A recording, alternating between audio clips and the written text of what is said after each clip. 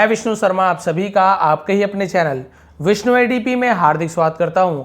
और आज मैं लेकर आया हूं एक इंस्पिरेशनल स्टोरी जो कि बहुत ही शॉर्ट स्टोरी। आप देख सकते हैं एक पैराग्राफ में यहाँ पे स्टोरी एंड हो गई है, लेकिन यहाँ पे आपको स्टोरी बहुत अच्छी लगने वाली है। डिटेल में यहाँ पे ट्रांसलेशन समझाने वाला हूँ, एक एक वर्ड की कोशिश करूँगा मीनिंग आपको समझाने की, कहाँ पे क्या यूज़ किया गया है, हर चीज़ यहाँ पे क्लियर होने वाला है। स्टोरी शॉर्ट है, बहुत मज़ा आएगी। स्टोरी का जो टाइटल है वो है a man with a lamp. A man यानी एक आदमी, ठीक है, विथ अ लैम्प यानी लैम्प के साथ। लैम्प यानी होता है दिया, दिया के साथ।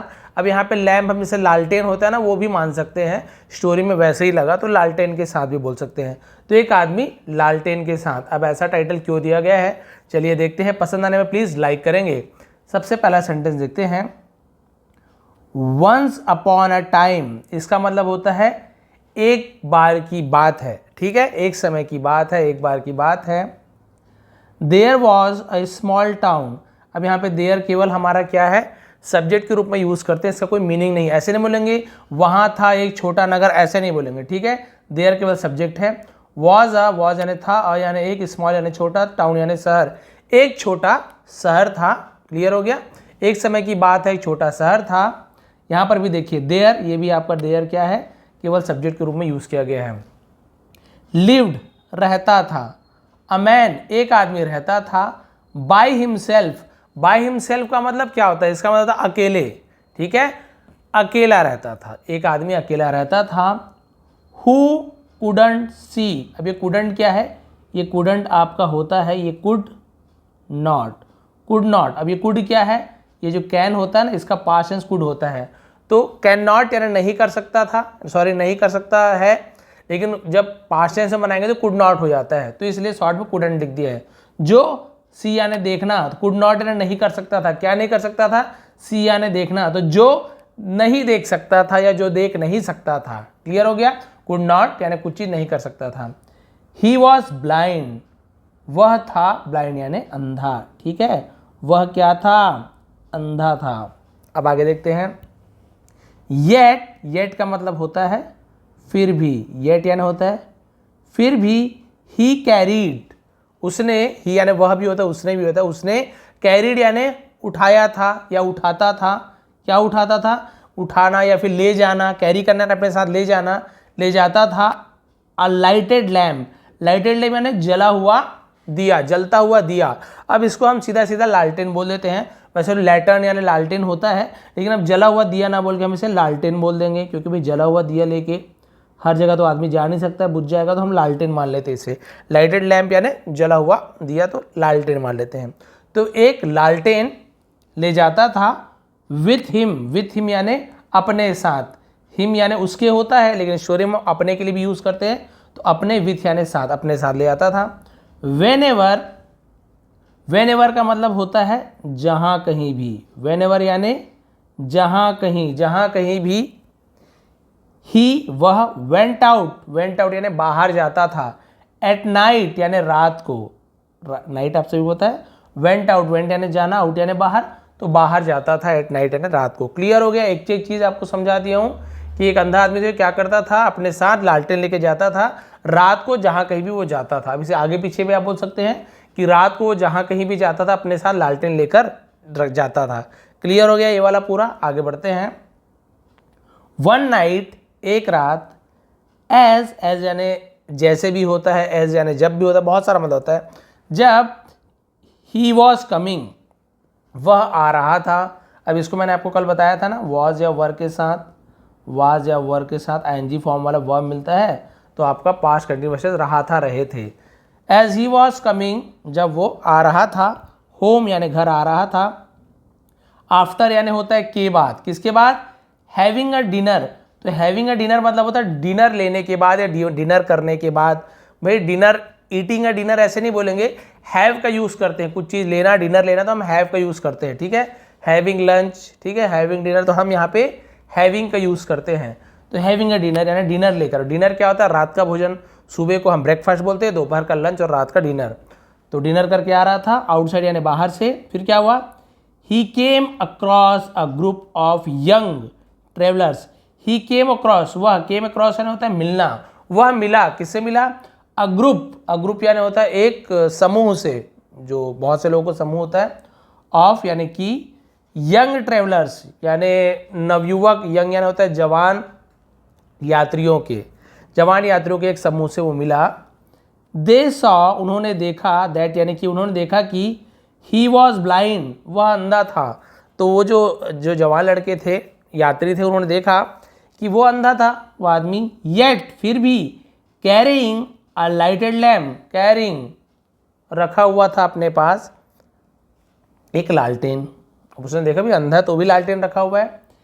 They started passing comments on him, उन्होंने, दे यानी वे भी होता है, उन्होंने स्टार्टेड यानी शुरू किया, पासिंग कमेंट, तो कमेंट पास कर रहे हैं ना, आप सभी को पता है, कुछ भी बुरा भला बोलना, मजाक उड़ाना, उसे पासिंग कमेंट बोलते हैं, टिप्पणी इसे हिंदी में कहा जाता है। कमेंट पास करने लगे ऑन हिम यानी उस पर, ऑन यानी पर होता है, हिम यानी उस पर, ठीक है, उसके ऊपर।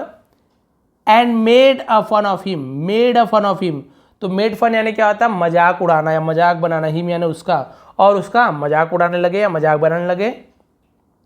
वन ऑफ देम यानी उनमें से एक, यानी जो यात्री थे उनमें से एक ने क्या कहा, आस्क्ड हिम, आज यानी पूछा, हिम यानी उससे पूछा, हे मैन यानी, ऐसे मैन यानी तो आदमी होता है, तो अरे आदमी, अरे इंसान, ऐसे तो नहीं बोलेंगे, तो हे मैन यानी अरे दोस्त, ऐसे ही बोल सकते हैं।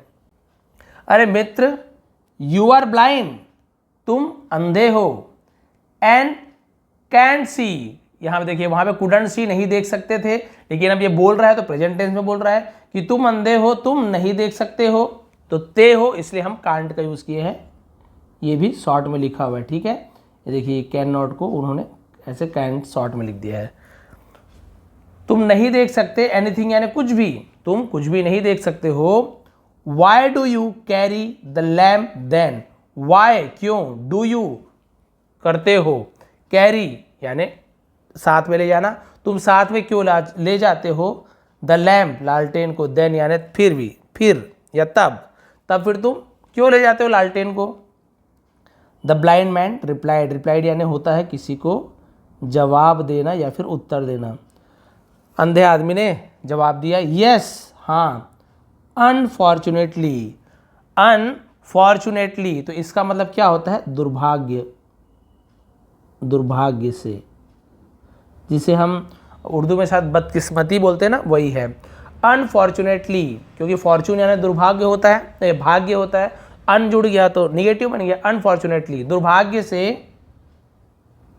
आई एम ब्लाइंड, मैं अंधा हूँ, एंड और आई कैंट सी एनीथिंग, मैं कुछ भी नहीं देख सकता। एनीथिंग यानी क्या होता है, कुछ भी, ठीक है, एनीथिंग यानी कुछ भी।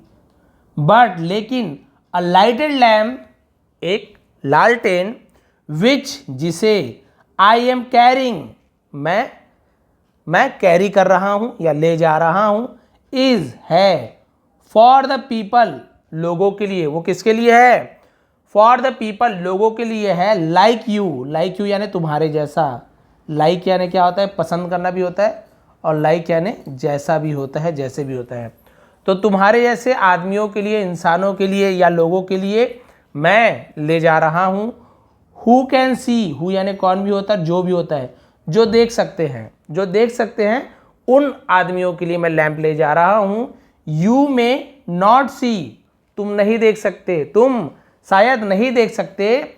द ब्लाइंड में यानी शायद होता है, तुम शायद नहीं देख सकते। द ब्लाइंड मैन कमिंग, एक अंधा आदमी आ रहा है, and and up pushing me, और एंड अप पुशिंग मैंने धक्का देना, और मुझे धक्का दिया, यानी तुम्हें ये नहीं दिखा कि एक अंधा आदमी आ रहा है और तुमने क्या किया, अंत में मुझे धक्का दे दिया। दैट इज वाई का मतलब होता है इसी कारण, दैट इज वाई यानी इसीलिए, इसी कारण।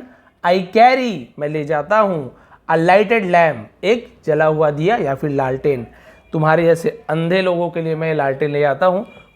मुझे तो नहीं दिखता, लेकिन तुम्हें दिखने के बावजूद, तुमने मुझे देखा उसके बाद भी तुम मेरे क्या कर रहे हो, पुशिंग में यानी धक्का लगाना भी, धक्का मारना भी होता है। इसके अलावा किसी को पुश करना यानी समझ लो उसे मतलब ज़बरदस्ती मजाक उड़ाना, उसकी बेइज्जती करना, इसे भी हम बोल सकते हैं।